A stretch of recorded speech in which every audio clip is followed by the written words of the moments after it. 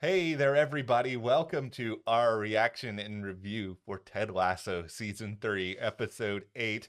We'll Never Have Paris, which is, by the way, a very sad title for a very funny show This at was times. this was just such an emotional episode. Yeah, I mean, it just got me really in my feels. yeah. Everybody singing "Hey Jude." I actually didn't know what that song was about. I have an aunt named Jude, so like Judy, and they call her Jude. I'd always thought it was about a girl. I didn't realize what it was actually about until they explained it on the show, which really surprised me. This show is teaching me things. Look at that. It's who knew it would be so educational? We've learned so much in between that the American sports bar thing in Yep. Amsterdam. Like Yep. there's we learned about love hounds in this episode. Oh, the love A very, hounds. very clearly important thing. I think this is a very complicated episode. There's a Mhm. lot to kind of work your way through it. Like comedy wise, it's not my favorite, but I think it's a really great episode for sort of reminding us that these people are not cartoon characters. They are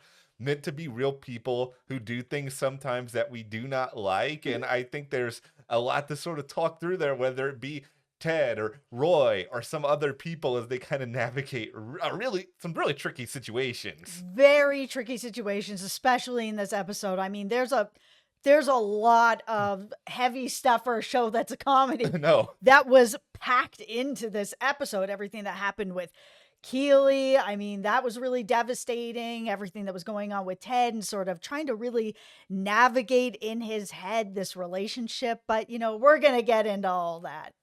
Before we go any further here, Jess and I earlier this week, we created a Patreon here and we have a link for you guys in the description below. And over there, there's a lot of really, really great ways to help support us further. And Mhm. all of the content we make, you can have your name at the end of the video, which you guys will see at the end of this video. We can follow you on our official accounts on social media. Mhm. And we also have a number of exclusive videos that you can only find there, in addition to, of course, all of the other content that we're posting here at the channel. Yeah, we're still going to have all of our regular reviews, reactions to all the shows that we're covering here, but we're going to have bonus content going on over at our Patreon. And we just posted a new Ted Lasso video over there today. There's also another new Blacklist Theory Yeah. video over there. But yeah, we put up this new Ted Lasso, all about a potential spin-off and something that we think that they might actually be working on. We shall see. But if you want to learn more about that and what we think this spin-off is going to be about and who's going to be in the lead of it, check out that link below for our Patreon. Thank you guys so much for your support. Okay, the main thing I want to talk about, Yeah. which is going to be really the thing that I think a lot of people are going to be talking about. Yeah. And man, it is divided in this fandom about this. Oh boy. Is Ted and Rebecca, are they getting together? We talked about this a couple videos ago where we saw some signs that the show is starting to push this relationship maybe past friendship into something else. Matt and I have both said that Yeah. we're in the camp of please keep them as friends. They have a really great friendship.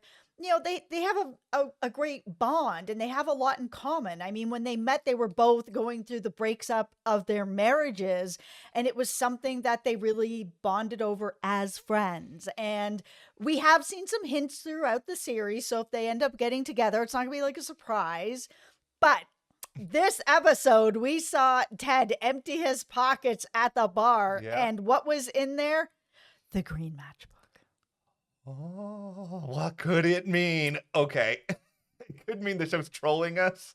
We have to acknowledge that possibility. I don't know. Listen, a few of the things that the psychic Yeah. told to Rebecca, and listen, you take it with a grain of Yeah. salt, and a lot of people do, but it's a lot of them are starting to unfold for Rebecca. She's seeing things that were told to her, and now who has a green matchbook? It's Ted. And I mean, could it be a coincidence? Sure, but this is a TV show and it wasn't there as a coincidence. It was there to have us talking about it. And now here we are. And later in the episode, we saw, Ted getting really in his head about everything that's happening with Michelle and Dr. Jacob. And is he going to propose? who's the person he was leaning on? Rebecca, his friend who, really understands this type of stuff. I mean, she also went through this exact same thing with Rupert, moving on, being with somebody else, and how that really affected her. And I just think that as much as I would like to see them stay as friends, the show is setting up for Ted and Rebecca to maybe have something happen at the end of this. I won't be surprised. I So won't. put on your hard hats Yeah. to everybody like us who's like, stay friends. I think they at least want us talking about it. Like, obviously, like even all the way back in season 2, when they had the whole banter thing, we were Yeah, like, who is Rebecca chatting with? They kept like cutting back and forth between her and Ted. Maybe that was foreshadowing for where we are now could with be. the green matchbook, like you've explained. Like, I think they want this to be a definite possibility. Like, to Yeah. me, the thing is that I don't necessarily need to see Ted or Rebecca with anyone, Mhm. each other, some other people at the end of this show. There's not that much left, and we don't know if there's any more after this season. So I don't need it to be rushed. I think the thing that would be the most important and impactful for me as a viewer and as somebody who loves these two characters is just that they leave this season open and ready to sort of find their perfect person, move forward with their lives as opposed to sort of staying back. And if they sort of have a realization that maybe it could work for the two of them, then, great for them. Yeah, I love love. I want to root for love, but I don't need to see something that's rushed together or convenient or just feels weird and out of place. No, it can't be rushed. And because a lot of these seasons, yeah, they've dropped tiny hints here or there that maybe something could come together, but there's not that many episodes left. So if they are going to be moving towards this, it's got to be really slow, or if it's really at the end, it needs to be something that's a small movement. Like it can't be, and now we're going to Paris. Maybe we didn't have Paris, but Ted and Rebecca do. Like, no, no, please don't do that. No, It can't move that fast. no, they should instead go to the museum that Coach Beard suggested, where you can get a million yeses when the proposal happens. I'm just gonna say it right now. This is my favorite Coach Beard episode in a really long time. I thought he was firing on all cylinders with the Diamond Dogs. I thought him and Henry, you already talked about the meaning of Hey Jude. It's just like, man, Coach Beard, you've got something really deep inside you and all of your weirdness in this unhealthy relationship that you're in with Jane, but there is a purity to your soul. You are a very good friend to Ted, and you are a very good uncle figure to Henry. So I salute you, despite how strange and incomprehensible of a character that you are. Yeah, this was Coach Beard at his best. Yeah. I mean, really putting aside some of his quirkiness and joking and whatever to really, you saw it on his face where it was just like, okay, it's time for me to like really be here for him. Slide over. Hey, do you know what the meaning of this song Yeah. is? Paul McCartney, wrote this for, John Lennon's son when he was going, his parents were going through a divorce and stuff like that, to be like, hey, man, we're all still here for you. Your parents both still love you. I'm here for you. We're all here for you. It's going to get better, kind of thing. I was just like, oh my God. It just squeezed my heart in all the right places. It was so well done. And then you've got Ted and Rebecca talking in the background as well. I was like, it really is fitting together that these two are going to end up together. Here's me through this entire scene while Hey Jude is playing. I'm like going up on the roller coaster, then I'm just like at the end, and I'm going, because it's sort of like there's a part of me that's like, this is a fascinating conversation between Rebecca and Ted, and then the other part of me is just like, go back to your son, Ted. Your son is only here for like the weekend, and it's like, why are you wasting your time doing this private investigator thing, which I didn't like, but it's also like Ted isn't perfect. He's in pain. He's going to do some things Yes. that people are like, don't do this, Ted. This is not good for you. This is a waste of your time. You're hurting your heart. But it's like when people go through this, they don't think straight. He's hurting. And I think it's one thing to learn that your ex-wife is now dating your therapist, which Yeah. we've both said on this channel multiple times that this is a story that we like the least. Yeah. It is just feels icky all the way around. If she was with anybody else except someone that's betraying the trust of this couple, I would have been more okay with it, but it just feels like such a betrayal. And because of that, I think Ted's been able to, keep it in different compartments inside of himself because they're not in front of him. Then all of a sudden he's got them sitting in front of him where it's like, oh yeah, we're here together dropping off Henry. I was like, well, why is this guy here? Like, why is he here? Why is he sitting in front of Ted? Like, Michelle, like, why are you doing this? Like, I understand you've told him everything. You guys have all moved on, but you know that this is extremely difficult. Are you taking this to the next level? Which is the question that Ted has on his mind when she's like, we're going to Paris. And he's like, oh, okay. So they're getting engaged. So the real of it is he probably could have just asked and been like, okay, so are you guys like talking about moving into the next step of your relationship? I need to know, like, I'm Henry's dad. So what you guys do in some ways affects the whole family, right? Like, you don't need my permission or anything, like you said, but like, he should be in on the know if this person's going to be a stepdad to his son. He's part of the family, right?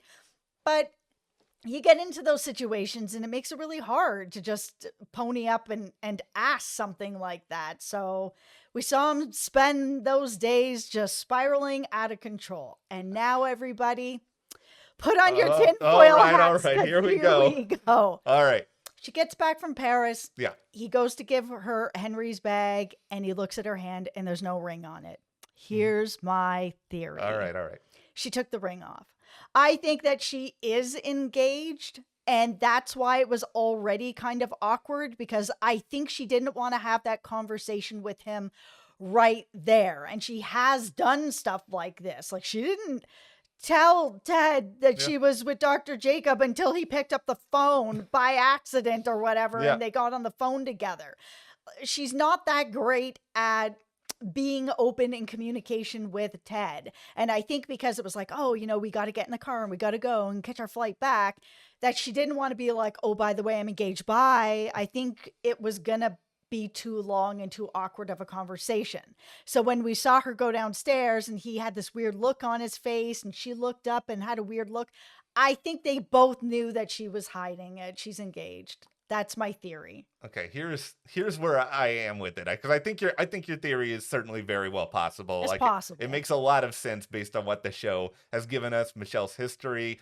Where I kind of went with it sort of in the moment was I was just sort of thinking that, maybe they were out there and maybe it didn't just go exactly like Michelle thought that it might have. And, she didn't seem like super enthused about it after the fact that Ted, I mean, she might have just been trying to downplay it because, she didn't want to be like, it was the greatest time of my life or anything like that. But I do sort of wonder, if this is just sort of a situation where she's realized that I want something different out of life. I want to go in a somewhat different direction, but I don't want to confide all this to Ted in this particular moment to give him the wrong idea or this, that, or the other thing. And, I'm sure there will be people out there being like, oh, Michelle mentioned the Dave Grohl pillow drums and so did Ted. It's like, I don't think they're getting back together. I think this is just the situation where in the end, she may be moving forward, but Ted is also moving forward. And regardless of whatever direction her life takes, he has to sort of think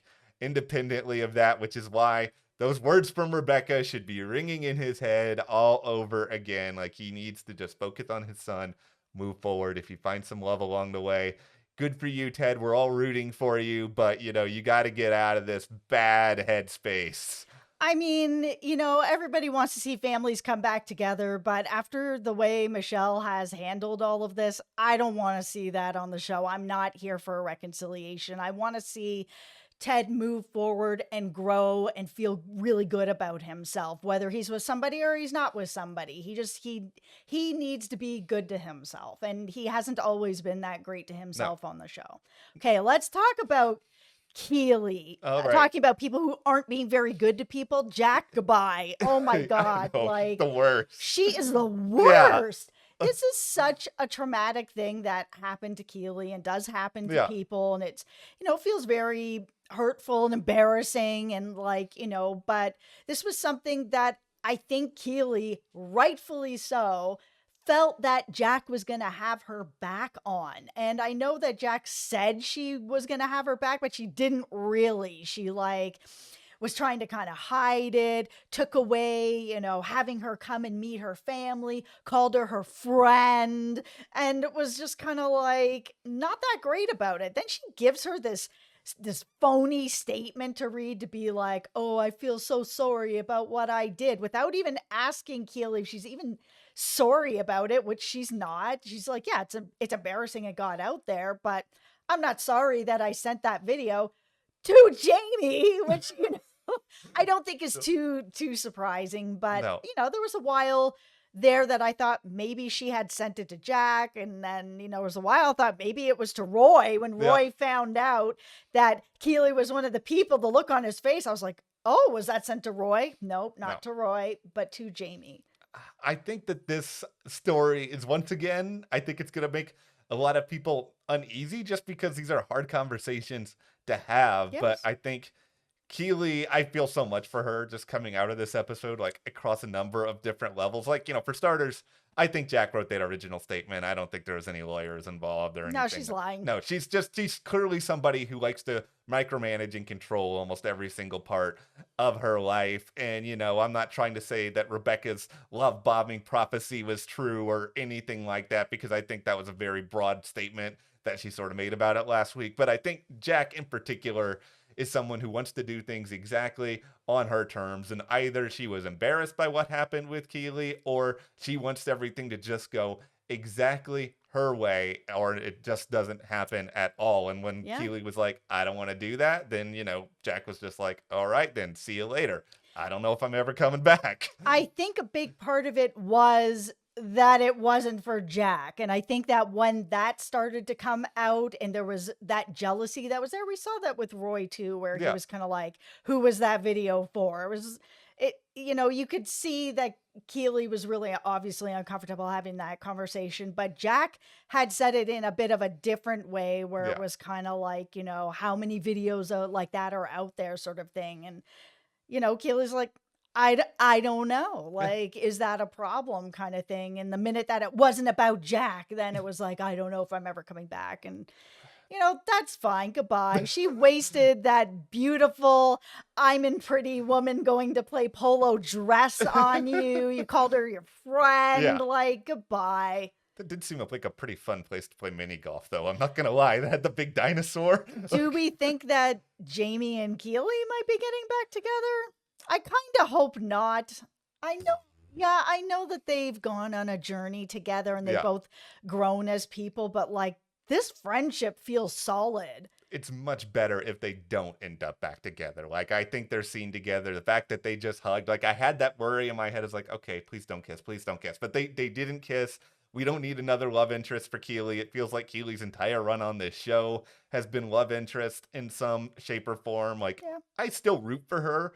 And Roy, Roy did have his jealousy. Not a great moment for Roy. Roy immediately recognizes after the fact, not a great moment for Roy. But I think this is sort of where I'm going to have the tinfoil hat on here for the Okay. future Keely storyline, because Keely's storyline is ending in a very bad place. And I hope that there's time this show to turn it around, because Jack also is the main funder of her company. I know. It's just like, I don't think this company is going to go well now. I think it's going to end in a very bad place. We've already got Sandy, which I'm glad I haven't thought about her in a while. I did not like that character at all. But like in between that and this, I don't know how she is going to be able to survive all of this. And I just hope she finds a way to bounce back on her own without it just being like, okay, I'm, dating this person now.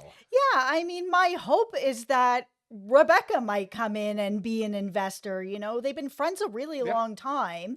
They're both very supportive of each other and very honest with each other, which is, a great relationship to have when you're going into business together. So, I mean, it would work a lot better if it was sort of like Rebecca is able to sort of fund that. I mean, Keely's a great investment.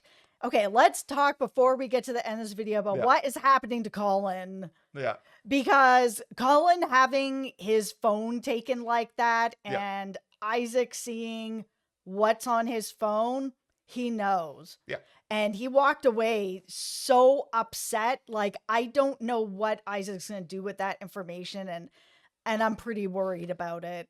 Here is my, I don't, to me, and I could be very, very wrong on this next week, but I just, from what we've seen about Isaac, I want to believe that he is not going to be judgmental of who Colin is as a person or his dating life or anything like that. I'm just hoping this is a situation where Isaac feels just really heartbroken that this is, my really good friend, my teammate, and he has sort of been living this lie to me this whole time. Like, why didn't I know? How could you do this to me? And I think because he is, Isaac, definitely not the same person as Colin, definitely not the same life experience. I don't think he understands what it's like to be in that position. He's not looking through that lens. Mhm. So I'm just hoping he's angry and hurt, and he will find a way to sort of turn it around. They can all have a big friendly hug together and start to work a little bit through this. I hope he's not like going and telling the rest of the team or anything like that. I don't think he will. I think it is hurt. I think Isaac is probably like, man, I've known you all this time and you just said nothing to me. And I thought we were tighter than that. And he feels betrayed and he's only looking at it through the lens of himself and not through what Colin would be going through and maybe why Colin doesn't want to tell anybody. Let's spend a moment here now on something that made me smile occasionally. And I can't believe I'm saying this in conjunction with Nate because, okay, the thing with Nate and Jade is I'm all that, back on the Nate train. I'm not even going to pretend no, that I'm not. okay, first of all of you other color theorists out there, is Nate's like hair getting a little bit brighter at like the front of it? Like, is it like, I don't know if it's like blonde, but it's like there's something going on with your hair again, Nate, after you like turned to like the weird gray side last season out of the blue. And then, okay, beyond all this, he's clearly reaching out. He's clearly trying to find a way to find somebody who cares about him. He's getting close to Jade again. They're now boyfriend, girlfriend, which is very, very sweet. He's still backsliding thanks to Rupert. Like, that influence is not gone, but there is sort of this battle for his soul now. And it's like, where is he going to lie? Is he going to run to the light? Run to Jade. She's there for you. She loves you. And then there's Rupert. I am giving you a lot of money in a car. No, you need to go back to Ted. And I think that Ted showing up to the game with Coach, and of course Henry and her being like, hey, look, look, Nate, I'm wearing your shirt, I'm here to support you, sort of thing, and seeing Nate smile and really feel like, hey, even though they're on the other team, they're still here for me. I think it was the push he was going to need, because I think if he didn't have anything like that, any sort of sign or anything from Ted or from that side, I don't think he was going to have enough confidence to ever put himself back out there again. Clearly he's missing them. He's putting together the Love Hounds and, he's missing his time with them. But Ted showing up there with his son, I know that Nate knows that was really an important move. Yeah, I think we're going to be building towards something good with Nate. Yes. Before the end of the show, we can all smile and feel just a tiny, tiny bit better about all of that. And I'm feeling pretty good coming out of this episode. It was great. Yeah, I hope these next 4 continue to kind of push us in this really interesting direction where we can see a lot of people be happy. This is a show about believing, even though this episode was kind of the episode of overthinking, which every character seemed to do. But whatever. All right. Well, thank you guys so much for watching. Check out our Patreon. We have another Ted Lasso video there. What could a spinoff be about? Whoa! Worth thinking about. All right. Thank you guys. We will see you here next time.